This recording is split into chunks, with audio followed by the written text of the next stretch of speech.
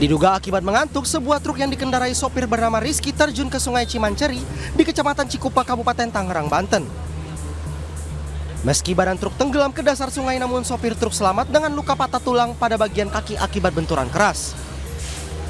Proses evakuasi truk menggunakan alat berat crane dari dasar sungai berlangsung dramatis. Derasnya arus sungai membuat dua petugas evakuasi yang akan mengaitkan tali sling ke badan truk mengalami kesulitan. 3 raksa sampai di TKP, berdasarkan keterangan pengemudi dia mengantuk, kemudian masuk ke kali yang ada di Jembatan Milenium. Untuk pengemudi atas nama Rizky mengalami luka-luka ringan. Dia sudah dievakuasi atau dibawa keluarganya ke ahli patah tulang. Setelah 2 jam proses evakuasi, truk akhirnya berhasil diangkat dari sungai. Akibat kejadian itu lalu lintas macet hingga 1 km. Dari Kabupaten Tangerang, Banten, Aimarani, iNews melaporkan.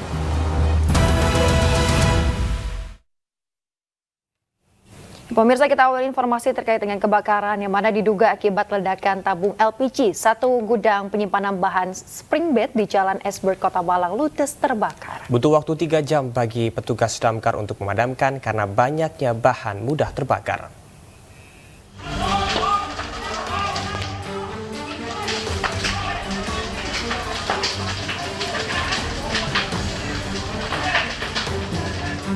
Inilah video amatir warga yang merekam detik-detik kebakaran yang menimpa gudang penyimpanan barang bahan spring bed pada Kamis siang. Api awalnya berasal dari bangunan belakang gudang tersebut. Api cepat membesar dan membakar seluruh isi gudang.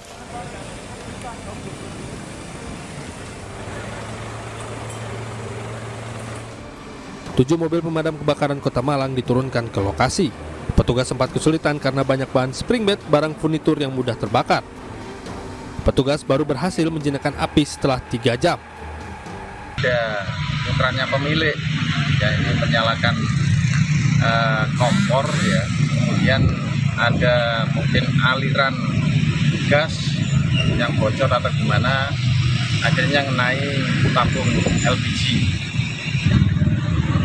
Dan ini yang terbakar apa ini? Rumah atau gudang atau gimana? Bukan, ini gudang, karena gudang ini adalah tempat penyimpanan. Sebenarnya bukan pembuatan spring bed, tapi gudang penyimpanan bahan-bahan spring bed. Kebakaran yang menghanguskan gudang bahan spring bed ini diduga akibat ledakan tabung gas LPG saat salah satu putra pemilik toko menyalakan kompor dan langsung terjadi ledakan.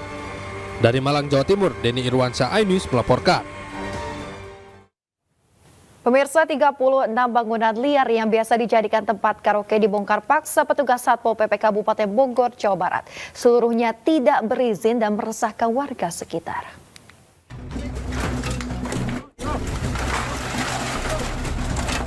Satu persatu bangunan liar yang berada di Desa Lulut, Kecamatan Kelapa Nunggal, Kabupaten Bogor, Jawa Barat dibongkar paksa petugas gabungan Satpol PP Kabupaten Bogor dan Garnisum Bogor. Selain tidak ada izin, bangunan ini disinyalir sebagai tempat karaoke yang keberadaannya sangat meresahkan warga sekitar. Pembongkaran dilakukan menggunakan peralatan manual dan tidak mendapatkan perlawanan lantaran sebagian besar lapak yang dibongkar sudah ditinggal pemiliknya. Sebanyak 36 bangunan yang terletak di Desa Lulut, Kecamatan Kelapa Nunggal. Kami tidak akan tebang pilih sekarang ketika bangunan tersebut berdiri dan memang tidak memiliki perizinan sesuai dokumentasi yang ada, kami akan lakukan pembongkaran dan hari ini kami eksekusi. Perlu disampaikan bahwa kami Satpol PP Kabupaten Bogor sebelumnya telah memberikan surat peringatan 7 kali 24 jam. Petugas Satpol PP setempat ditempatkan di lokasi guna tidak menjamurnya bangunan liar di sekitar lokasi.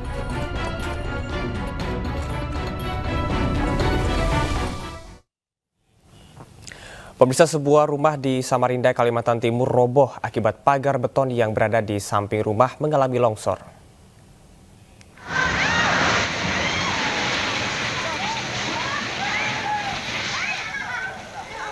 Inilah detik-detik saat sebuah rumah di Jalan Damai, Kelurahan Sido Damai, Samarinda roboh dan rata dengan tanah Kamis sore. Beruntung sebelum peristiwa terjadi, seluruh penghuni rumah berhasil menyelamatkan diri. Menurut Lurah Sido Damai, Muhammad Taufik, Peristiwa ini diduga terjadi akibat pagar beton yang berada di samping rumah mengalami longsor. Saat ini para korban terpaksa mengungsi ke rumah kerabat.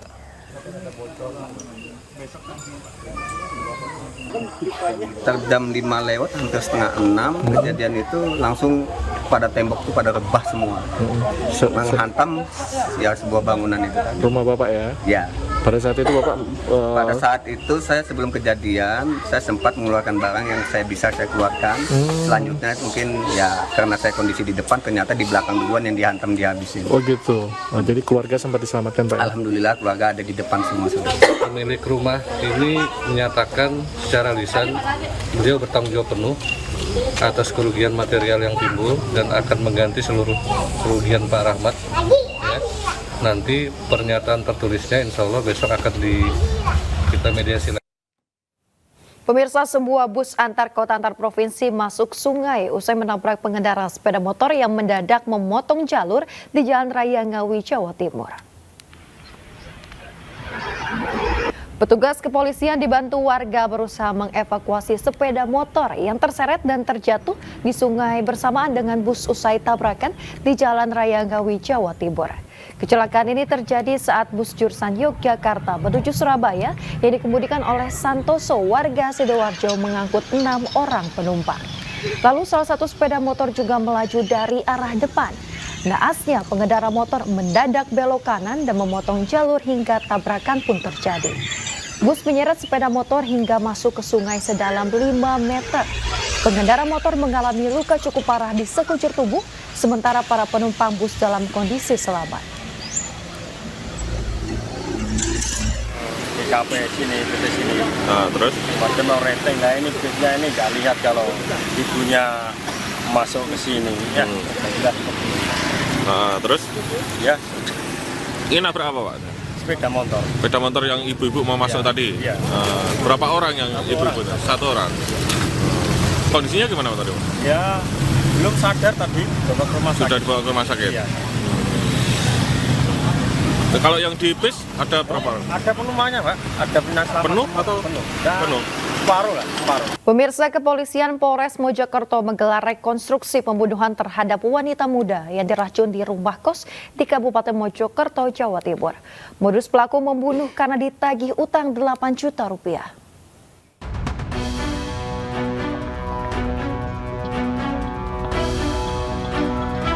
Kepolisian Polresta Mojokerto menggelar rekonstruksi pembunuhan terhadap wanita muda yang diracun di rumah kos di Kabupaten Mojokerto, Jawa Timur. Rekonstruksi dilakukan 2 pelaku pembunuhan. Kedua pelaku adalah Supaino Sanjaya 35 tahun dan Irfan Yulianto Putro 25 tahun. Tersangka utama adalah Irfan Yulianto yang merupakan suami siri korban Mainawati alias Sinta. Terdapat 30 adegan yang dilakukan kedua tersangka. Tersangka tega meracuni korban yang merupakan istri sirinya tersebut lantaran kesal selalu ditagih utang 8 juta rupiah oleh korban. Kemudian tersangka utama yakni Irfan Yulianto meminta tersangka Supaino untuk membeli racun dan memasukkan ke makanan dan minuman korban. Yang diterangkan sebanyak 30. Motif dari pembunuhan yang dilakukan tersangka yaitu karena sakit hati, karena ditagih utangnya, kemudian motor dari pelaku disandra. Dalam perbuatan ini pelaku dibantu oleh 1 orang tersangkanya. Jadi dalam perkara pembunuhan ini kita tetapkan 2 orang tersangka. Kasus pembunuhan terjadi pada bulan April lalu. Saat itu korban Mainawati alias Sinta, 26 tahun, warga desa Talas, Kecamatan Ngadiluih, Kabupaten Kediri, meninggal dunia saat perawatan di rumah sakit. Dari hasil keterangan saksi diketahui korban meninggal dengan cara diracuni. Dari Mojokerto, Jawa Timur, Solahuddin Ainus melaporkan. Ribuan warga suku Dayak yang tergabung dalam Dewan Pimpinan Cabang Tariu Borneo Bangkule Rajang, Kabupaten Kota Waringin Timur, Kalimantan Tengah menggelar aksi demo. Mereka menuntut kepedulian pemerintah daerah dan perkebunan sawit terhadap plasma 20%.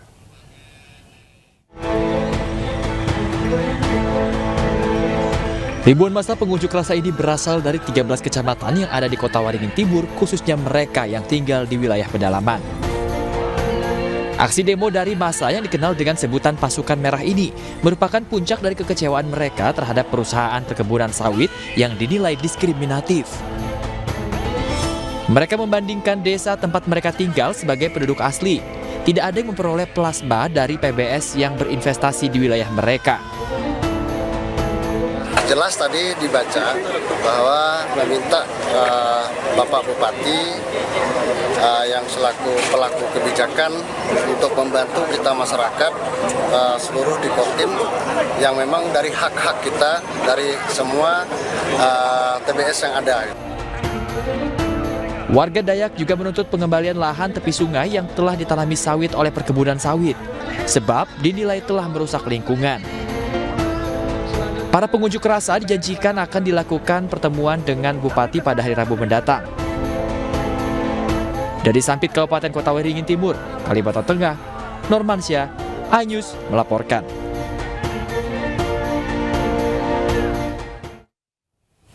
Pemirsa, proses evakuasi pria obesitas dengan berat 300 kg di Kota Tangerang, Banten berlangsung dramatis. Pria obesitas itu harus diangkat dengan forklift dan dibawa ke RSUD untuk mendapatkan penanganan medis.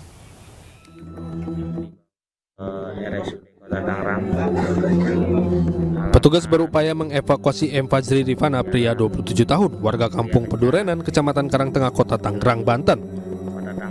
Fajri tidak dapat bergerak karena mengalami obesitas.